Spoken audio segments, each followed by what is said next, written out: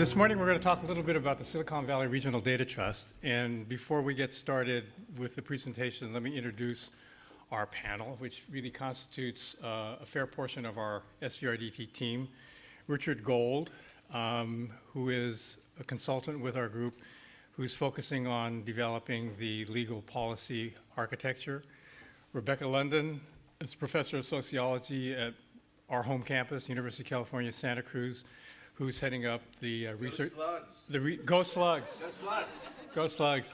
The research partnership. Steve Ambrosini, who is our consultant, who's developing the technology architecture, and Marcy Lauk, who basically runs everything for us. And Marcy is one of the co-founders, co-directors, and the director of data governance for the Santa Clara County Office of Education. And as I said, she sort of shepherds the whole group along. And let me also introduce two other members of the original team. Bill Erlinson, raise your hand, Bill, stand.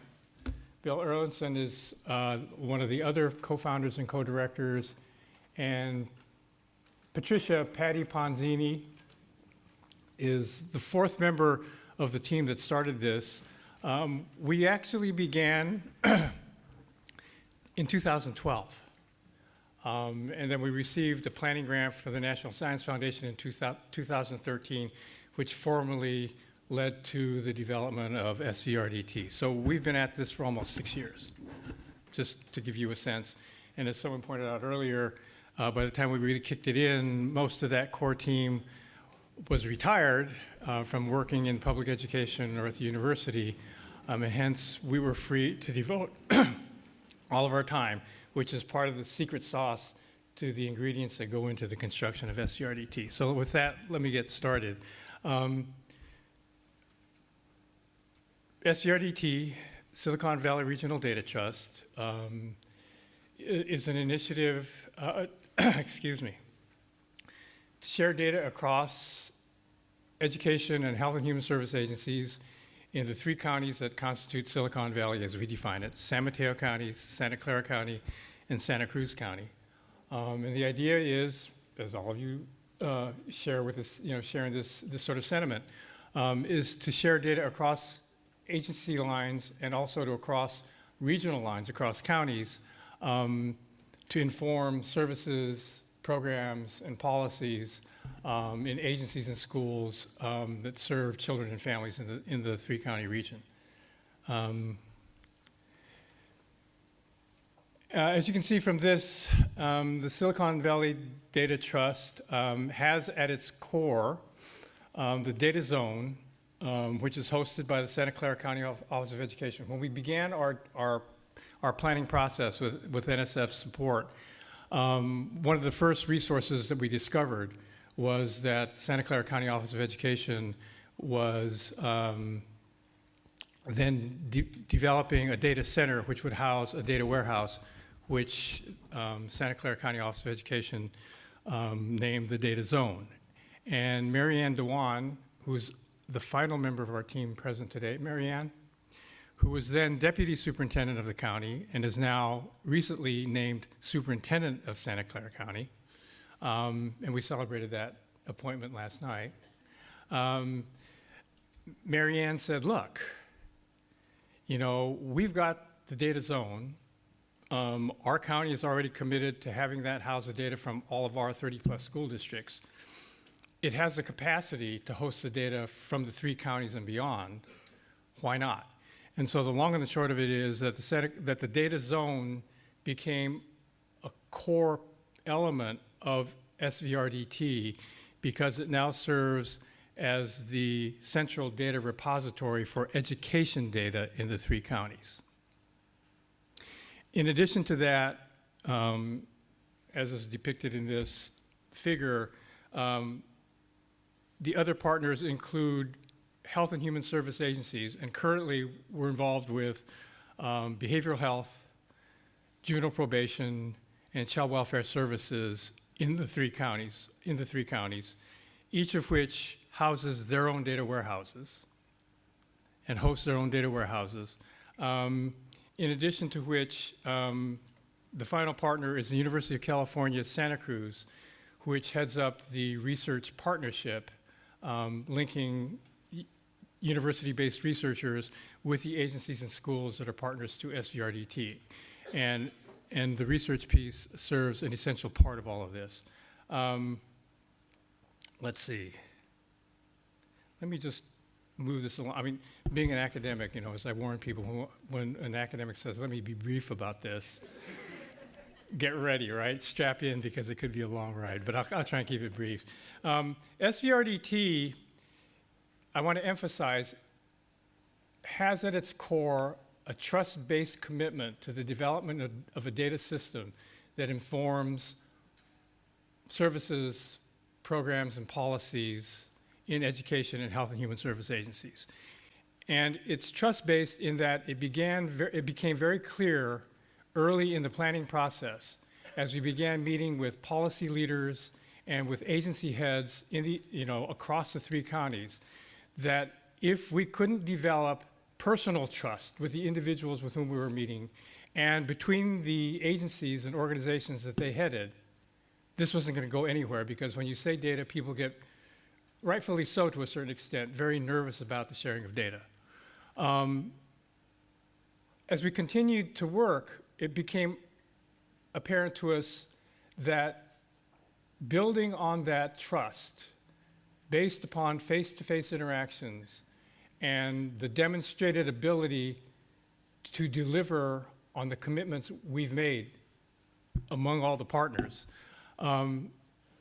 we sensed that we would need to develop structures and policies that would, and I'm trained as an organizational analyst, organizational sociology, and I study schools, but we needed to take that and build on that interpersonal trust and institutionalize trust in the structure and policies of SVRDT.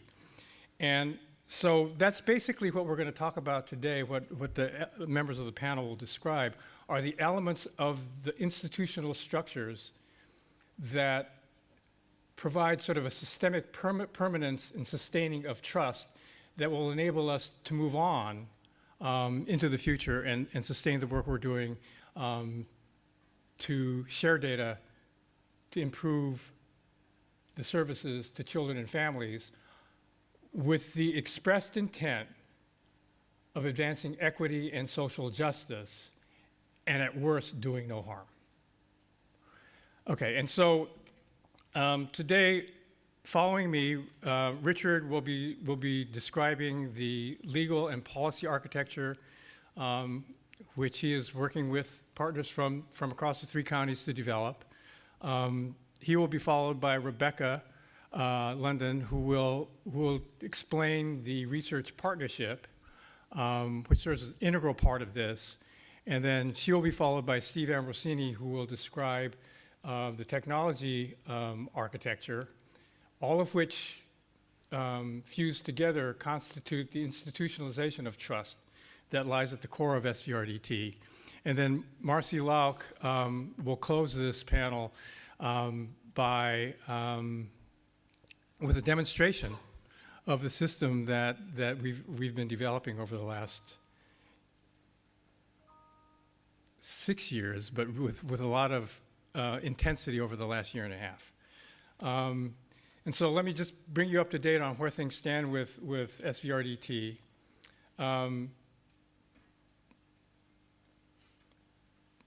Through the planning grant, we identified all the pieces and the people who would enable us to build this thing. And so then it was a point of finding the support to actually construct it. And as I say, sometimes it's better to be lucky than good. I think we were good. And then we had the good fortune of being introduced by Ann Campbell, who's a county superintendent in San Mateo, to one Dr. Priscilla Chan. And through our connections with her and her staff, Christina Hueso namely, the Chan-Zuckerberg Initiative provided a grant beginning in 1 March 2017. And with that grant, we've been engaged in activities for the last year aimed at, 1, developing the policy and technology architectures, beginning to develop the research partnership with the university, and finally to connect the school districts in San Mateo and Santa Cruz counties to the data zone, our central education repository. We didn't need to include Santa Clara County because its Board of Supervisors had the wisdom to allocate the resources, not the Board of Supervisors, the Board of Education, had the wisdom several years ago to allocate the resources to connect all of their districts to data zone. And I should add that for those of you who are interested in the data zone in particular, we're not going to really cover that in any detail today. But if you're interested in that piece of our work, that element of our data system, please contact any one of us, namely Marcy, who operates that along with Marianne. Contact us and we can arrange for a sit down to share information about that and even to provide a demonstration, which is really impressive, actually, Marcy. So, and then in addition to all of that, Assembly Bill 597 was authored by Assemblymember Mark Stone, and AB 597 provides for the sharing of data, amends state code, California state code, to provide for sharing data across county lines. Previously, under specific circumstances, data could be shared across agencies, but there was nothing in code that said that the data could be shared across lines. And so AB 597 enables our 3 counties alone as a demonstration, as a pilot, to share data across the 3 county lines. And so we have Assemblymember Stone to thank for that. We're working towards the completion of an interagency agreement, or a multi-agency agreement, and an enterprise memorandum of understanding, which Richard will describe. The development, today you will see a demonstration of the alpha version of our secure data environment. You're attending the symposium today. We're glad to be participants in this and to share the work that we've done. And currently there are data from 250,000 students in 30 districts in the data zone currently, and we're now, of course, working to connect that with data from health and human service agencies in the 3 counties. With that, I guess I'll turn it over to Richard, and you can describe the legal infrastructure.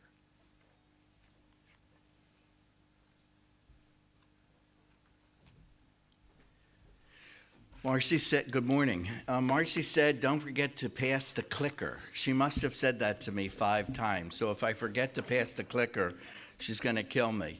I'm going to talk about the policy and the legal agreements that we're working on between the 3 counties and between the 4 agencies of the 3 counties. So this is a difficult process and a real labor of love, but it's most rewarding because I've really never met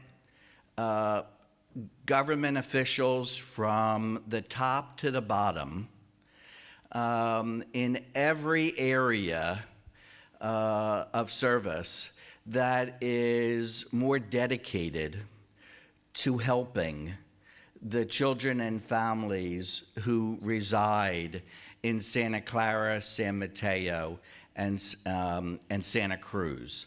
There are real champions, and many of them are sitting here in the room today that, but for their dedication and their zeal, we'd never be able to do this. So on behalf of myself and everyone here, we thank you, the public servants of these 3 counties, for all of your dedication and hard work. So let's talk about the lawyers. That's always a good topic. I'm a lawyer. I've only married lawyers. My whole family are lawyers. You know, it's a disease. It's a communicable disease that I'm trying to to cure, but I've failed so far, and I'm old at this point, so it's never going to work. And so I'm working with the 3 counties to put together both the policy infrastructure and the legal documents. So the first thing we did, one of the amazing things about the SVRDT is we're actually beginning the work of data sharing with personally identifiable data. So we're actually looking at integrated case management. And how does the case manager at child welfare work with the case manager at behavioral health and the probation officer at juvenile probation and the school counselor? And so we're dealing with 3 counties, these 4 subject matters, and we've got the schools, which is very rare. Rarely does education come and say, we're here, and we want to be part of this. So it's an amazing, unique, and it's nice to see some people shaking their heads. So I'm not completely nonsense. So we began with the leaders of the 4 systems in the 3 counties coming together and actually doing an exercise, a Teresa exercise. And the exercise was, what are the data elements that your systems have that you think would be helpful if other systems had? And what are the data elements that you think other systems have that, if shared, would make you more effective in working with Teresa and her family? And it was great. The leaders of these 4 systems in 3 counties really got to work. And I think they enjoyed being, in a sense, for that afternoon back in the field. And so they appointed case managers and case manager supervisors from the 4 systems to work on the case management work group. And that work group came up with lists of data elements that they wanted to share over time. And those lists, and I'm speaking quickly because Michael Kerr, who hasn't been introduced, he's Stewards of Change Nudnik, put this time clock here so that we would hurry and not be late. So I'm going to share all these documents so that people can review them, and if they have questions, let me know. But we came up with, we then took these long lists of data elements and came up with what we called the upfront data. How do we begin sharing data, building that trust, showing that we're only sharing data to help people, never to harm people? And so we came up with this 1-page, 2-sided of data elements that we're beginning our alpha and beta to share amongst the 3 systems, the 4 systems. And you'll see these data elements when Steve and Marcy do the demonstration. But all of the work of the lawyers and the technical people have really started concentrating on these elements. So it's really the case managers and the case manager supervisors of 3 counties, 4 systems that came together and unanimously agreed these are the data elements that if we could share, we could be more efficient and effective. And I have to tell you, as a former leader of a child welfare system in the state of Pennsylvania, to hear, again, workers say, you know, it sometimes takes me 2 or 3 weeks to find out who is the worker in another system working with this family. If I could get that immediately and start contacting that person, I could be that much more effective and efficient with clients. So those are the data elements. That's number 1.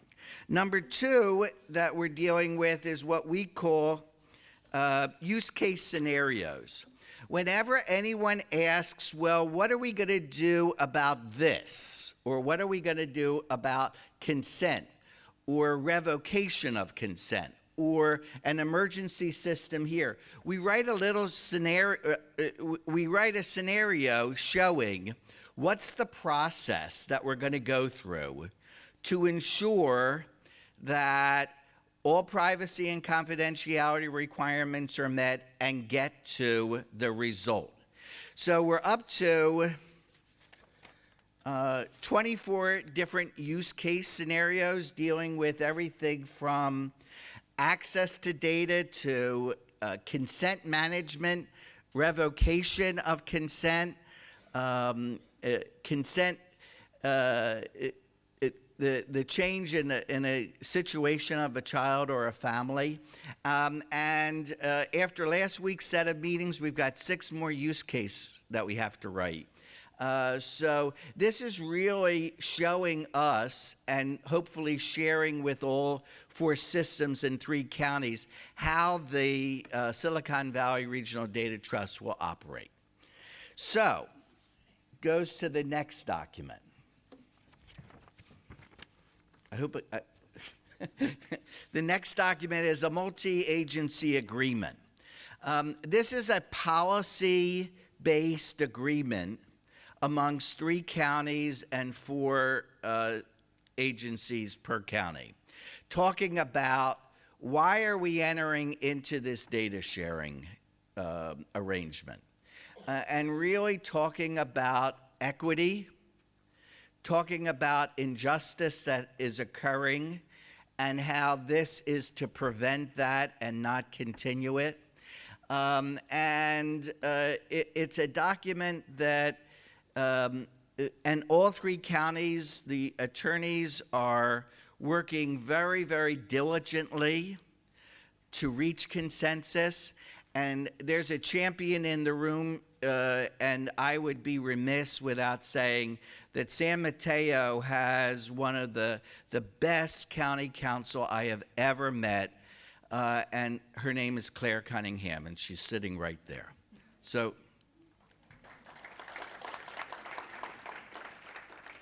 Claire, you owe me $10. Okay. But all kidding aside, she is a champion. And the conversations that occur amongst the county council are amazingly open, bright, interested. There's no acrimony. We can't do that. Instead, every time we meet, and we are meeting a lot, the question is, how do we get to yes? And how do we meet this requirement? Not that there's a requirement so it's no. It's a requirement, so how do we meet it and get to yes? And so I commend the lawyers. I'm really just a 40-year law clerk to these wonderfully young, intelligent county council. So that's what this document is. So it's the policy document dealing with the data sharing. The next document is a universal consent. And that is for the 4 systems, instead of having parents sign a consent every time they walk into a different door, they would be signing one consent that would apply to all the partners of the Silicon Valley Regional Data Trust. And this consent will meet all 4 systems requirements. So it will meet the dreaded HIPAA for behavioral health. It will meet the contagious FERPA for education. All of the acronyms will be met with this universal consent. And now we're really talking about how do we make sure it's an informed consent? How do we make sure that that parent isn't given 30 or 40 pages of documents and someone says, sign here, and the quicker you can sign it, the quicker you can leave. And there's not just one system that happens with parents. It's every system. So we try not to point at another system and say, oh, in education, that's what you do. Or in child welfare, that's what you do. But no, this is what we do. and it's really hoping, and we're going to work on that communication program to make sure that people understand their rights and responsibilities under this consent. And last but not least, we're developing an enterprise memorandum of understanding.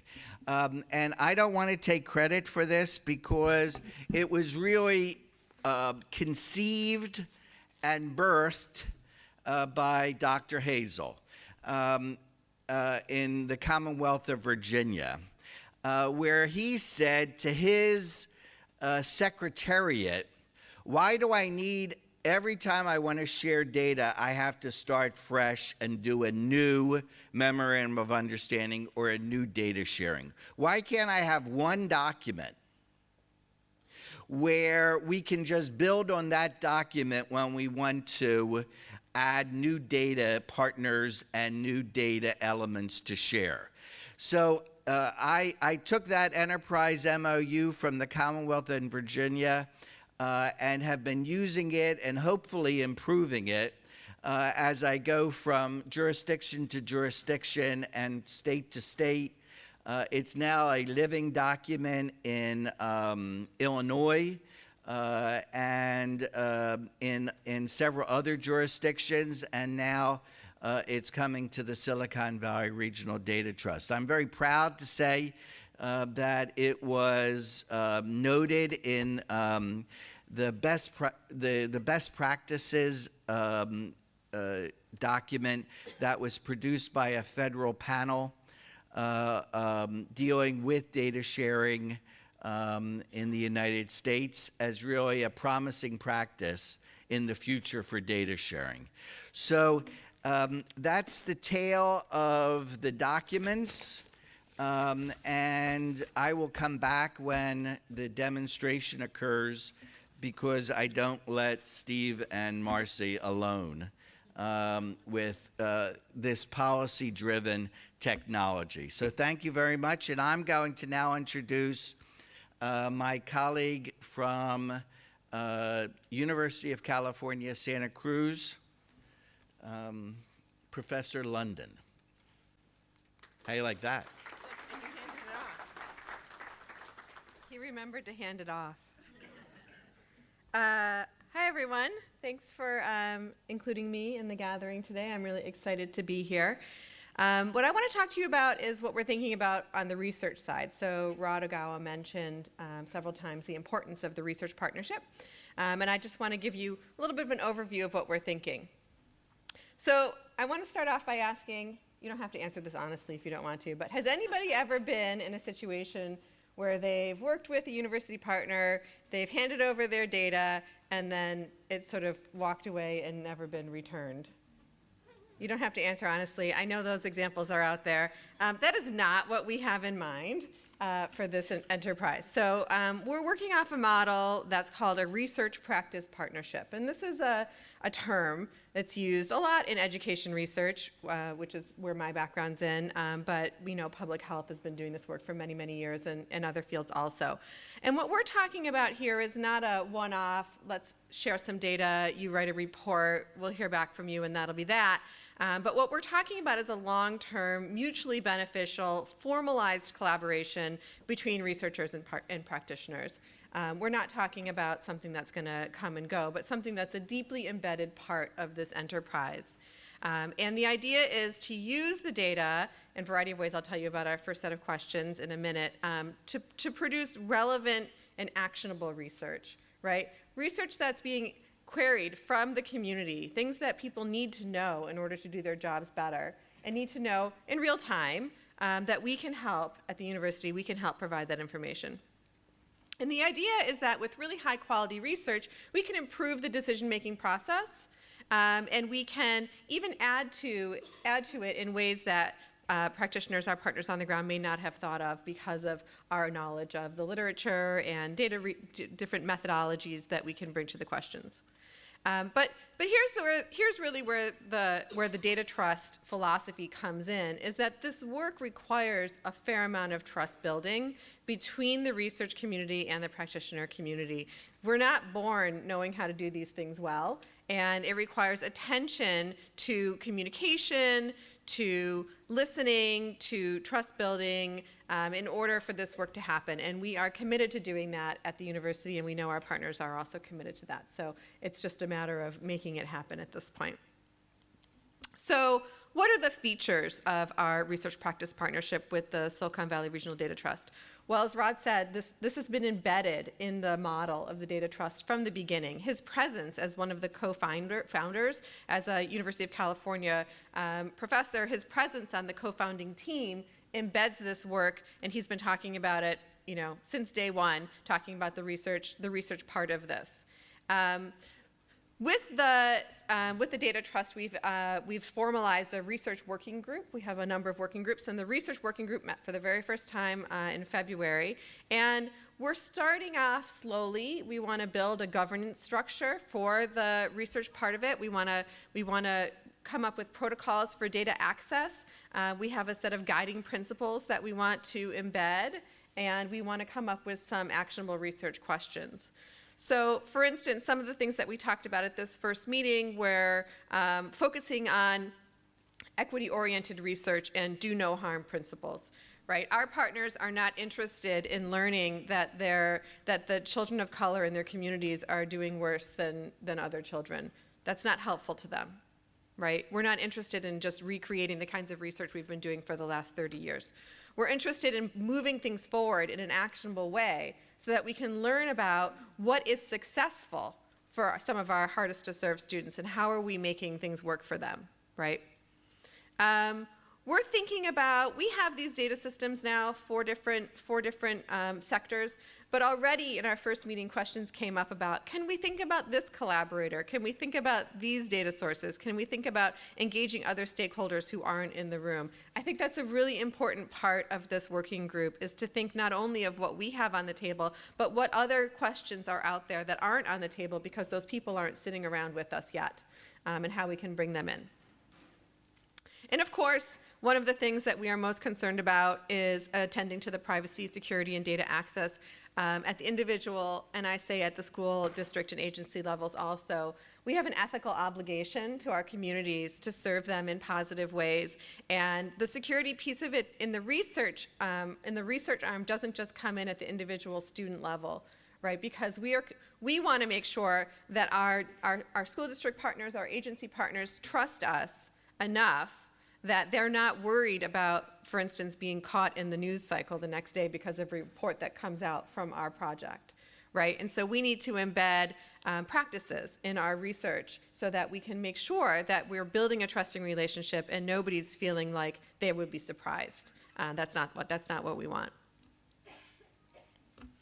Okay, so what are we going to do? We're starting off with kind of 3 broad questions, things that we're interested in focusing on. The first has to do with a practice question, the question of practice. How is it that the Silicon Valley Regional Data Trust is being used on the ground? By whom? For what? To what end? This is a new data system that hasn't been in place before. There are going to be people through the change integration process who are trained in how to use the data. And the question is, how are the data being used? Right? The presence of data alone doesn't necessarily improve outcomes for children and youth. It has to be used in certain ways. And so that's the question. How is it being used for whom, to what end? That's kind of a big qualitative project. It's a little bit different. Although we can use the data trust itself to understand who's using the data and how often, for whom. The second set of questions are what I call the social science questions. That's kind of my area of expertise. So these are analyses that use the Silicon Valley Regional Data Trust data to answer questions from the community or from the field. So these are cross-agency or cross-sector questions that are posed by our community partners, questions that maybe faculty or graduate students at UCSC can pose with the data in a cycle of inquiry process so that we can use the data to answer some questions. We can then change practice on the ground if that's what's called for. We can then understand how we've changed that practice on the ground and then ask again, how are we serving children and youth? So a number of these questions came up in our research working group. I can tell you more about them if you're interested in the Q&A part, but I don't want to take too much time because I know you want to see the demo. And then the third set of questions, I would say, I call these the data science questions. These are the questions that are being posed by my colleagues in the School of Engineering at UCSC that are thinking about the data system itself as a research tool, as opposed to the kinds of questions you would answer that would improve practice for youth. These are the kinds of questions you would answer to improve the data and what the data look like. And I have partners in the School of Engineering who are really interested in these kinds of questions and bought into this process. So at UCSC, we're taking what we're calling a transdisciplinary approach to this work. I've been working really hard to build partnerships across campus with faculty and graduate students and administrators across the university in social sciences, in the School of Engineering, in a bunch of different departments I have listed up there. And one of the first things we're thinking about is a graduate student training program, so that we can use this example of big data to help our graduate students understand ethical practice in research with big data, and to use them, to give them a real-life practical experience working with community to help answer important questions with the skills that they're learning as doctoral students or master's students on our campus. So we've designed a doctoral training program, and we're in the process of trying to get it funded so that we can begin to offer it as soon as the data are available.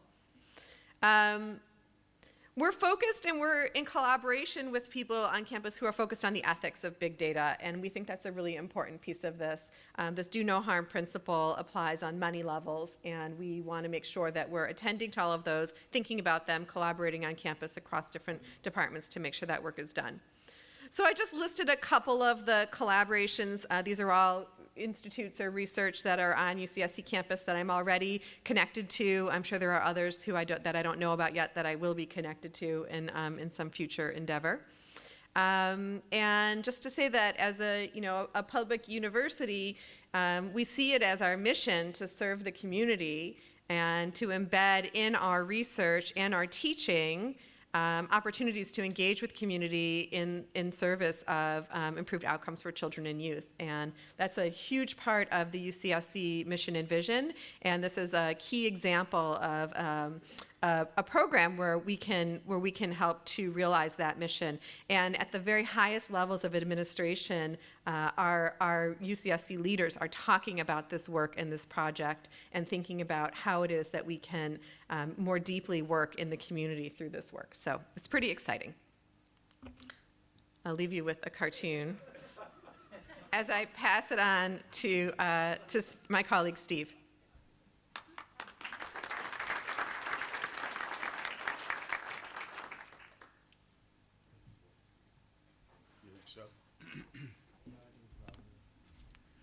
That's a great cartoon to finish with.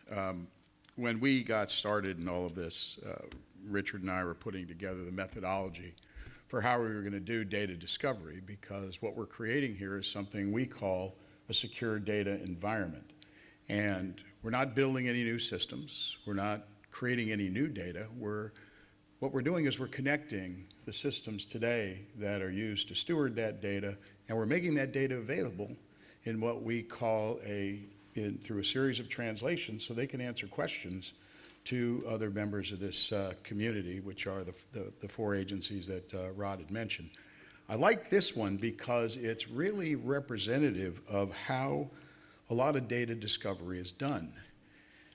But we used an approach that we call performance scenario analysis. We never really sat down and asked anybody what data they used or what they needed.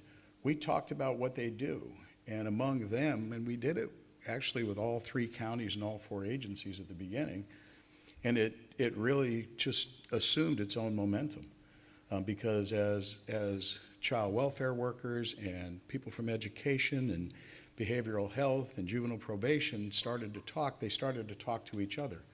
They said, wow, if we knew this, we could actually team to do this kind of work. We could help a kid together.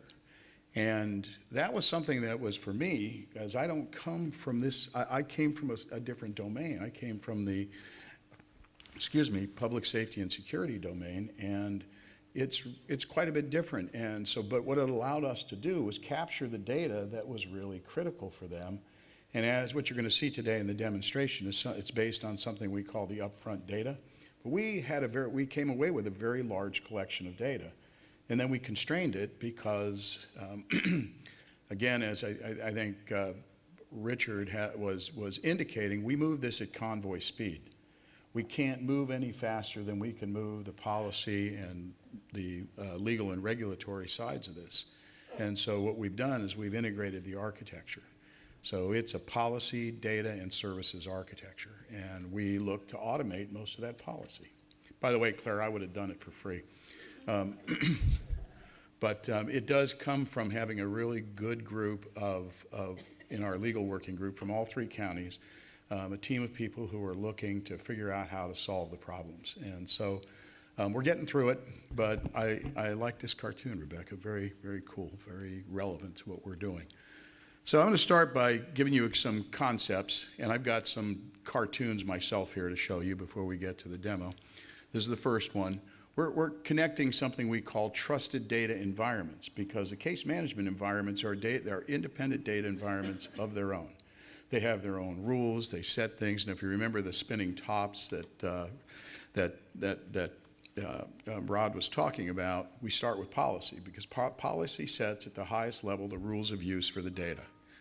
From that, as we go into the architecture, we start to translate those rules into a design, and ultimately a design that can be engineered into the technology environment.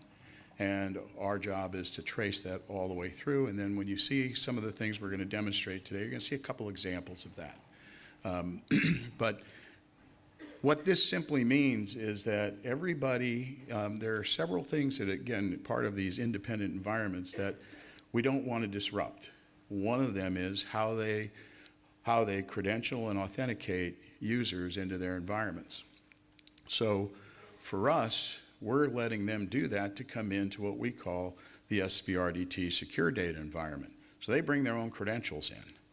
But what we do is we validate those credentials before we pass any request to any other agency for any data. And so when that other agency receives a request that comes through the SVRDT portal, they know that it's been authenticated by SVRDT, so they don't have to authenticate it. So everybody doesn't have to maintain directories on every person in every agency so that they can do that. So that's what we mean here by trusted data environments. And right now, education in the Silicon Valley initiative is hosted by the Santa Clara County Office of Education, and it serves all 3 county offices of education. And that's why that doesn't have the cascading clouds.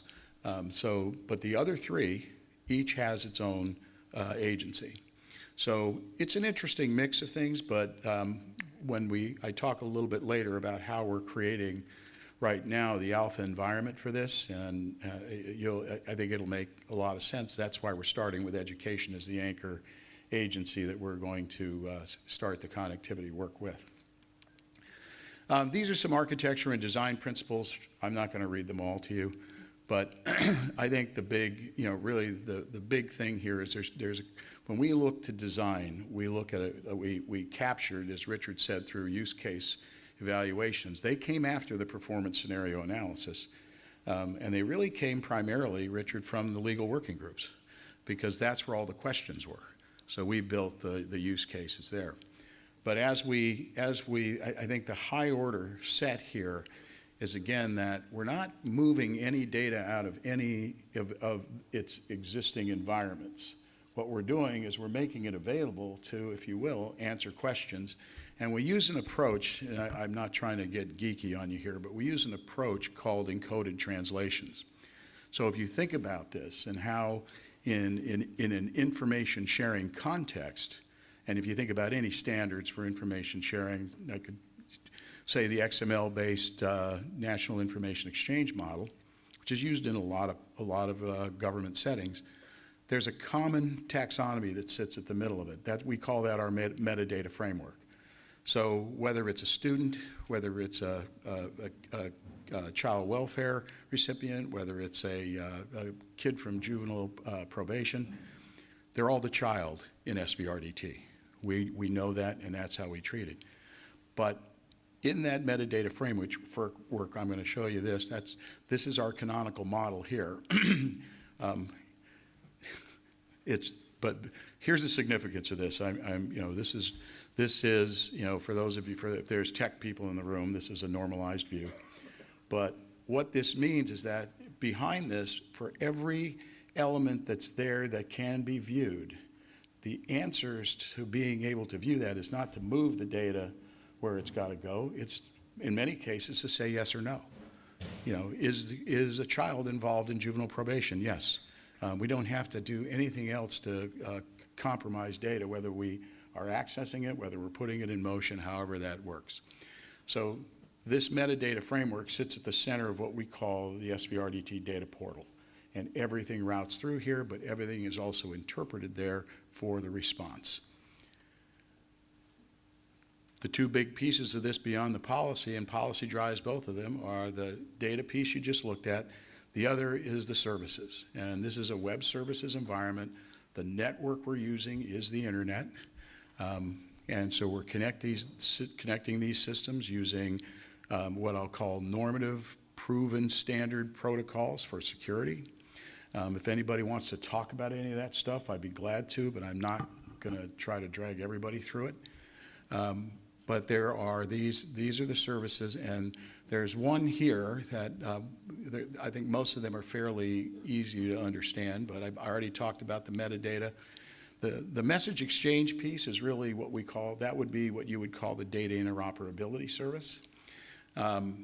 We have an audit and compliance function here. One of the things that's important to remember when we continue to talk you through this and talk you through the demo is that SVRDT has 4 capabilities maturity levels.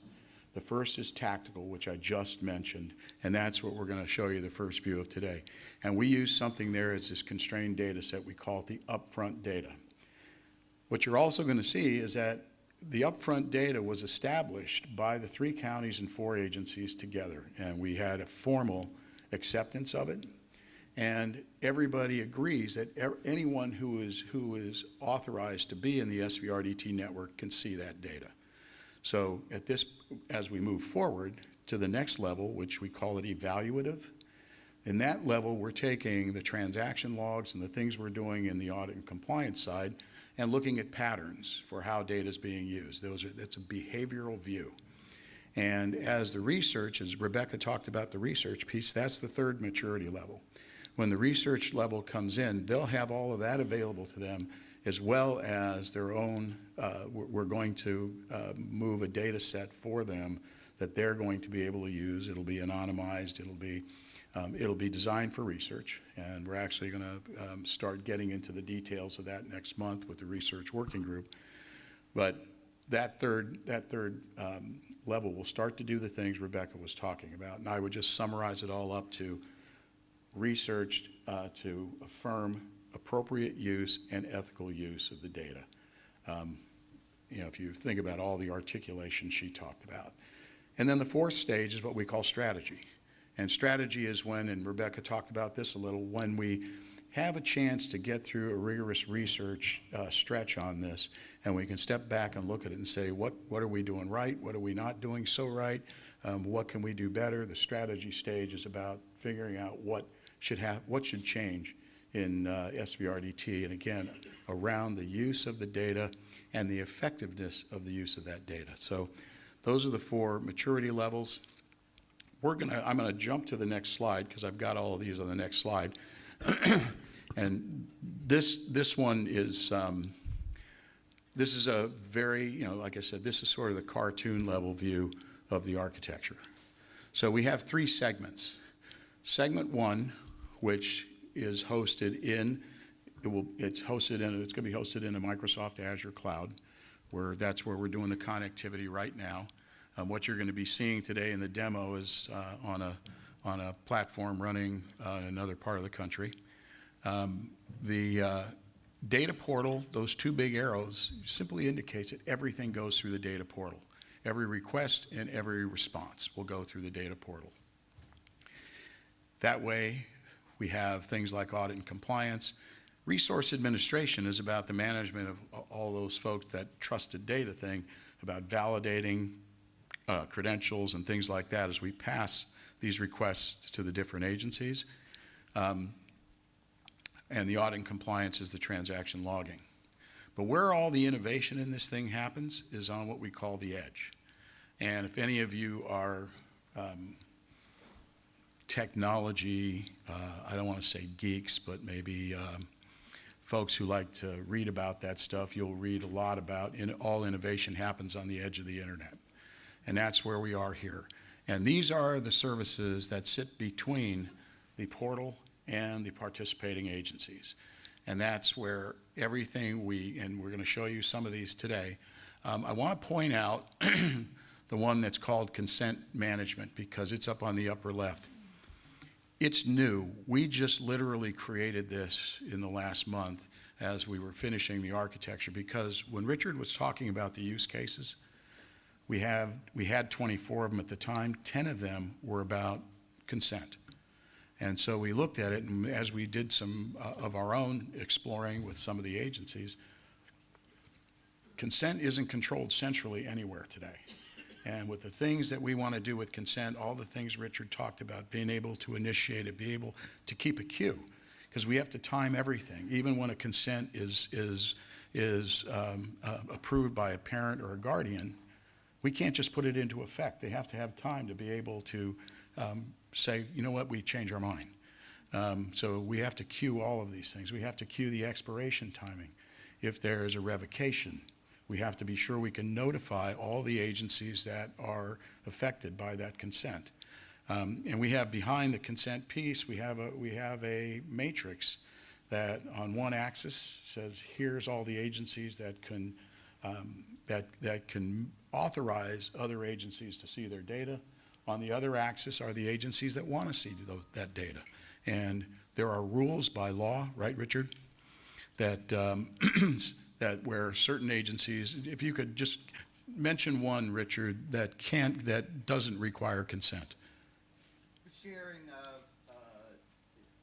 in California, there's a law that authorizes. You have a microphone. Not that you can't talk loud enough. I'm just. In California, there's a law that authorizes child welfare to share information with juvenile probation and education for children in their custody.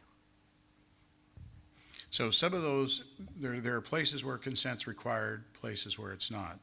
And for where it's required, we don't even let the person know that a child is even involved in that agency. So is that something I need to see? Okay. Are we doing okay on time, Marcy? Because Michael's not here. Okay, I'm finishing up right now. So I always go over, so I've gotta. I'm glad I hurried to give you the time. Thanks, Richard. You're a really good guy. So anyways, in the third segment, which is these are the agency environments. And so everything that happens between the SVRDT and the agency environments is where the significance is. That's why the portal exists. That's why those things that are inherent in the platform exist, is all to make that stuff on the edge happen. So I'm going to, Marcy, if you're ready. Let's see. I'll go over to another block. I'm going to help Marcy with the play-by-play.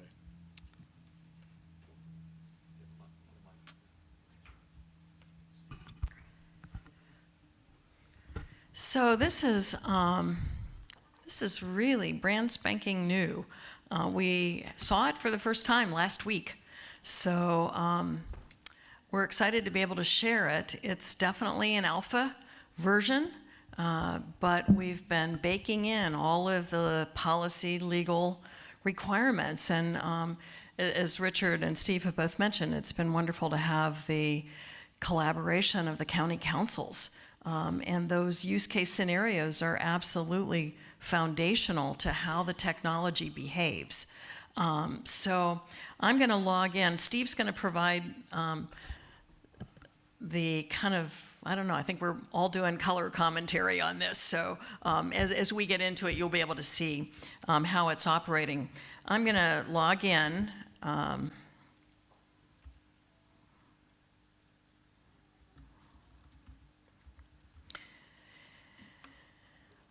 And I'm going to choose education as my agency.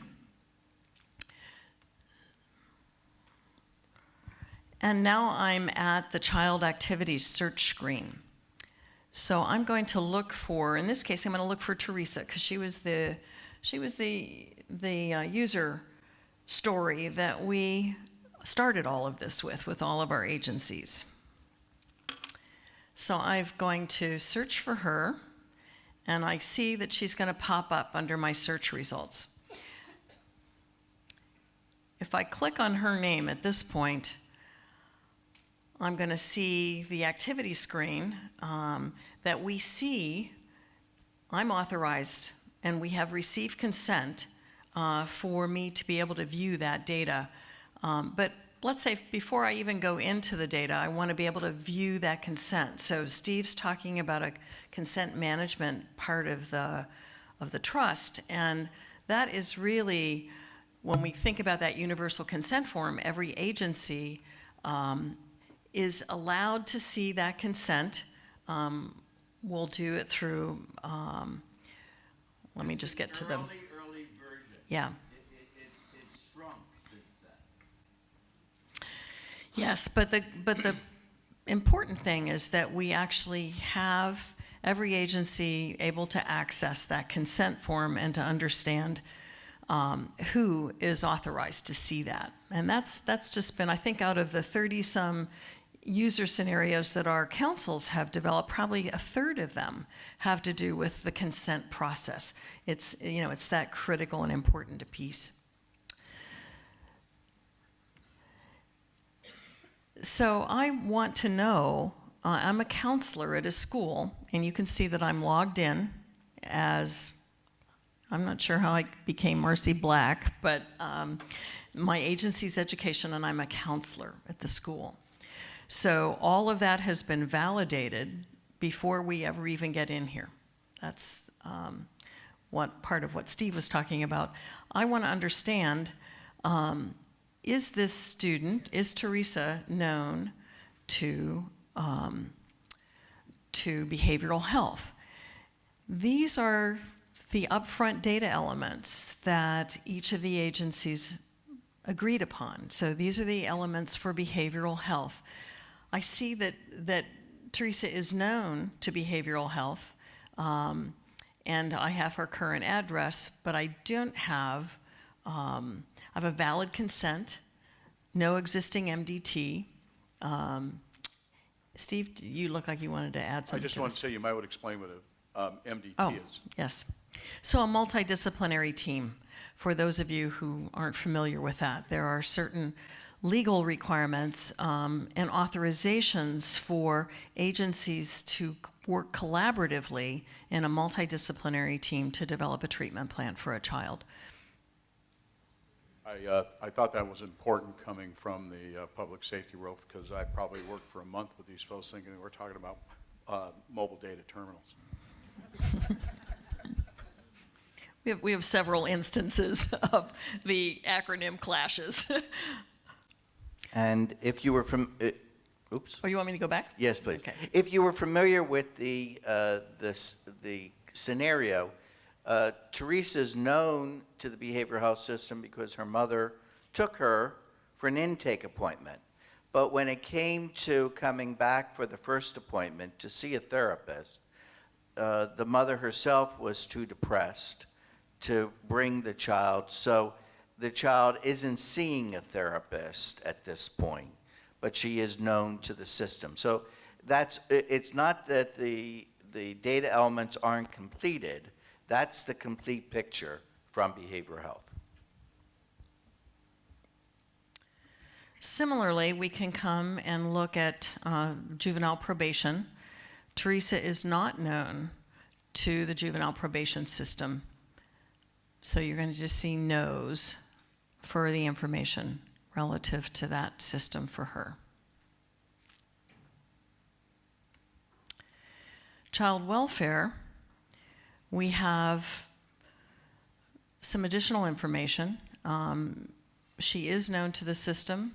Here is her current address. We have the case officers. The case is open. We have the case officer's name, contact information, and the case type.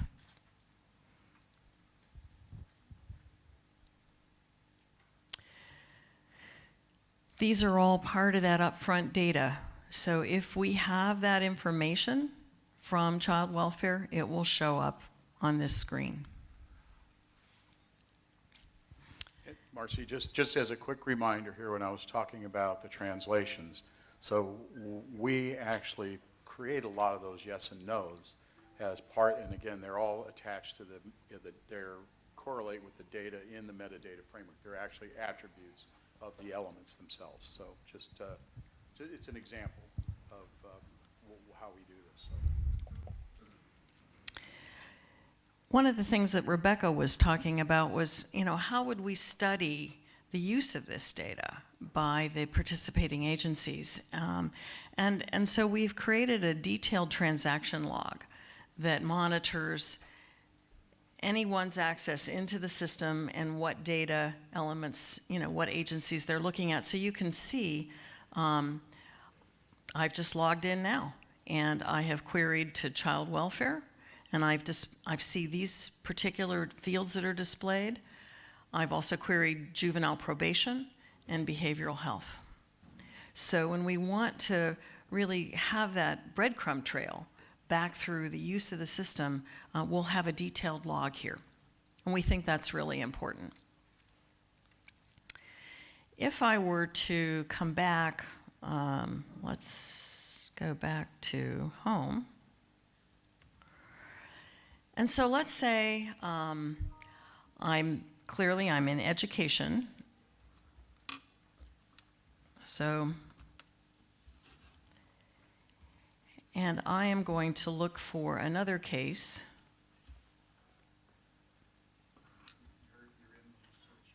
Oh, I'm in the search screen. Let me get. And you're still on. Let me sign out. Yeah.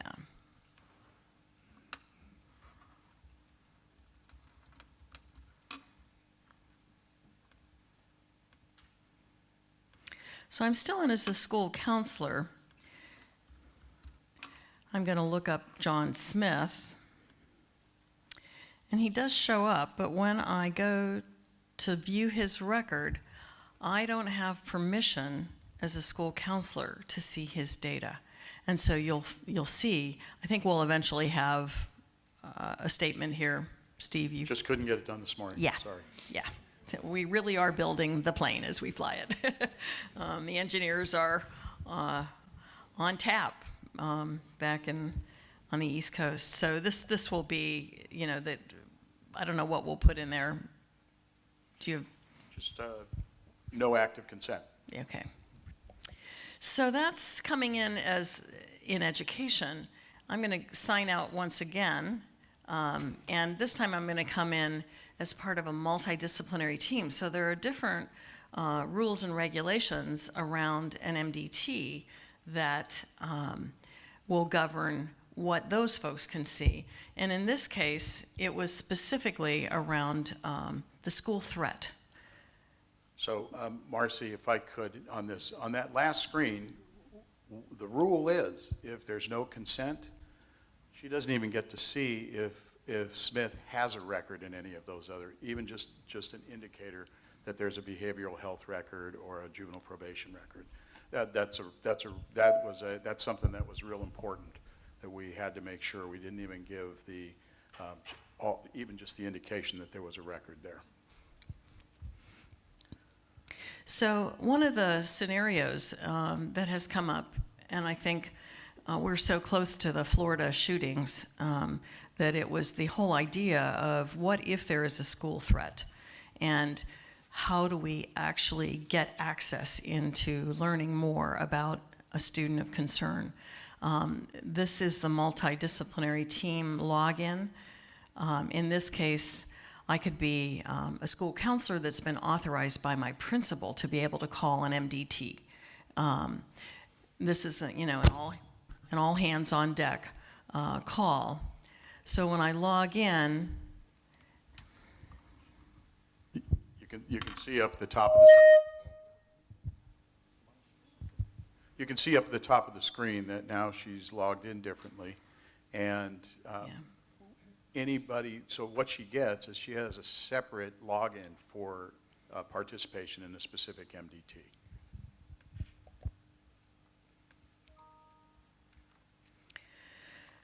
because I'm authorized now as part of that MDT, I'm going to be able to see the records related to John Smith. And again, I would come in to the detailed information from each of the agencies in the upfront data set.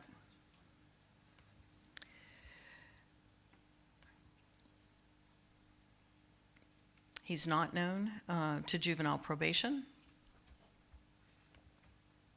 He was known to behavioral health.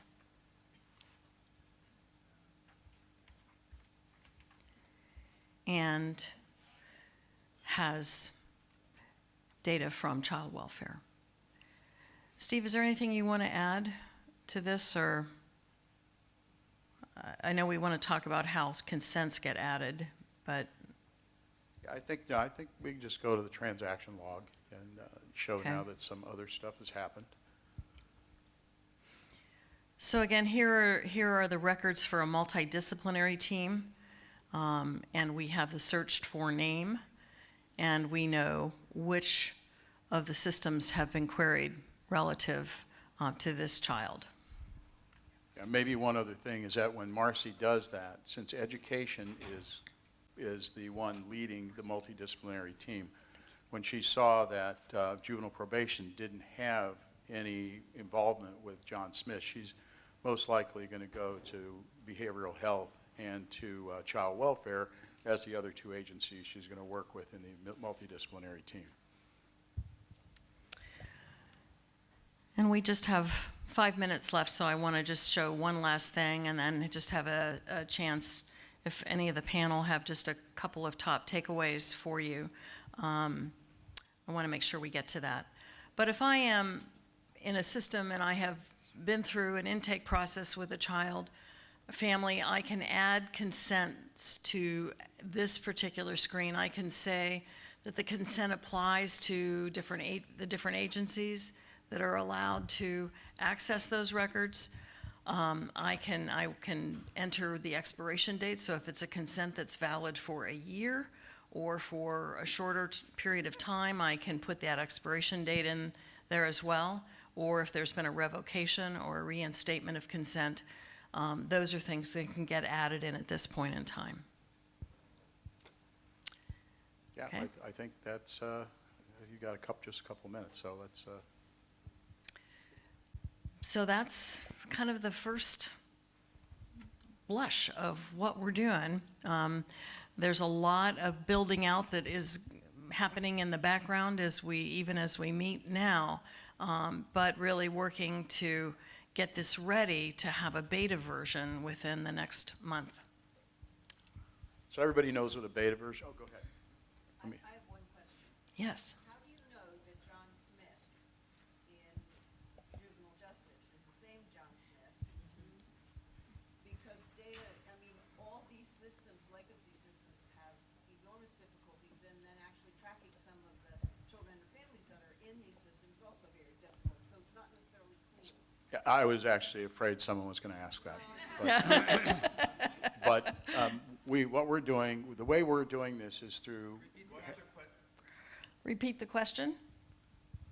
How do you know that the child John Smith in education is the same child John Smith in child welfare or behavioral health or juvenile probation?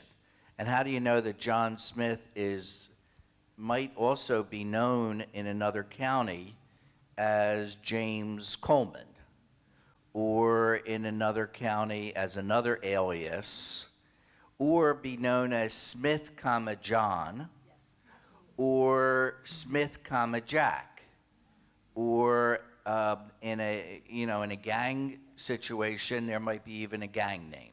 So, Steve, answer the question. Thanks for making it more complicated. No problem. No, and I'm going to give you because we are short on time, this is probably the most complicated issue we have. And so what we're doing first is each system, each of those 4 systems, has got a unique identifier for the children they serve. And we call those generically the child identifier. In SVRDT, we're creating a unique child identifier that we're indexing to each of those child identifiers. They're called student IDs, they're called, probation, juvenile probationers, all those different things. So that index, what you don't see it here.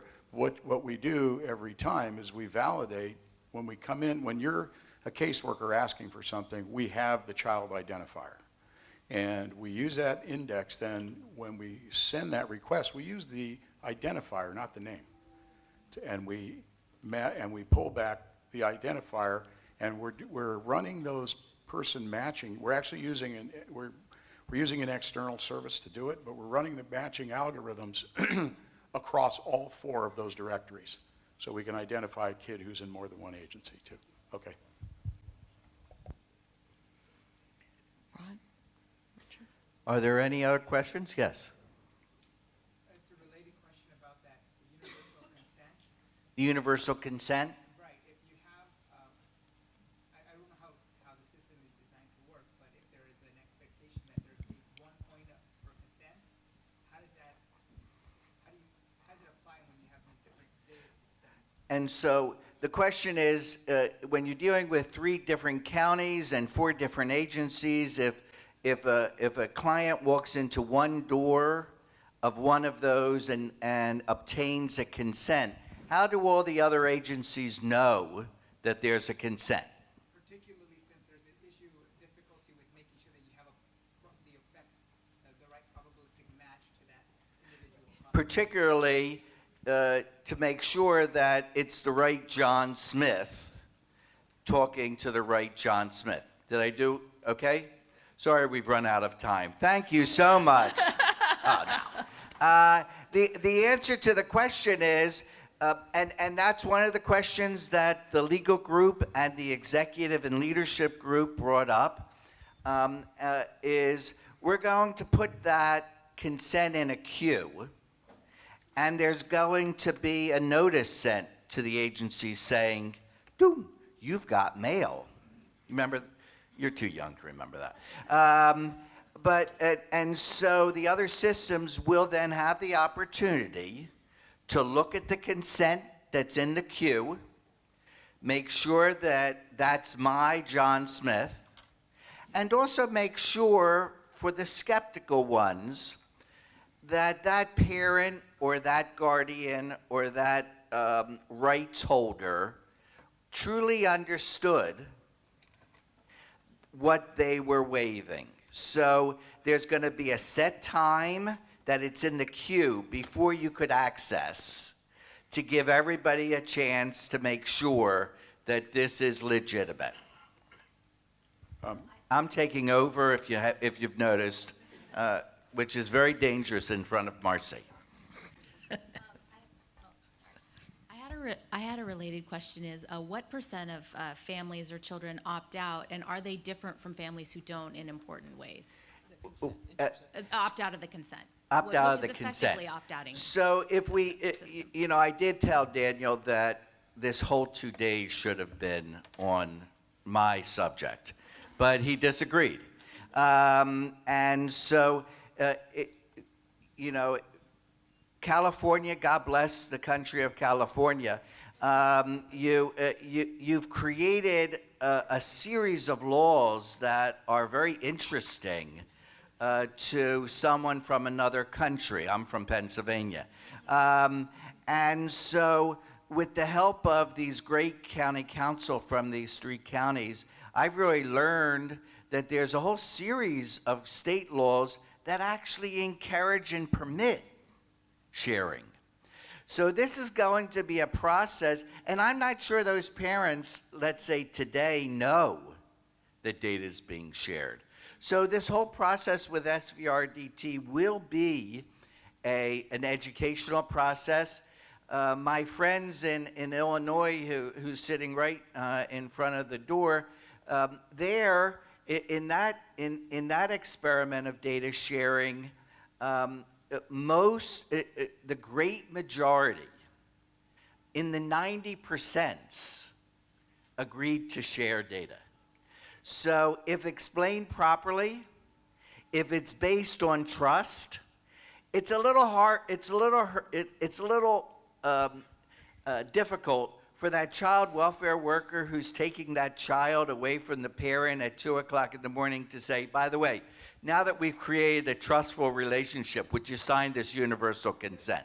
So we have to really figure out who is the best partner to sit down with the parent, to sit down with the child, and really get that discussion about what the data will be used for, how they can revoke it at any time, and to be able to see a record of who's seen your record. You know, right now, anybody could see a paper record. There's really no record that someone's seen it. Here, anytime anyone goes into it, there's going to be a record of that which lasts forever. The direct answer to your question is we don't yet know. I thought my answer was better, but go ahead.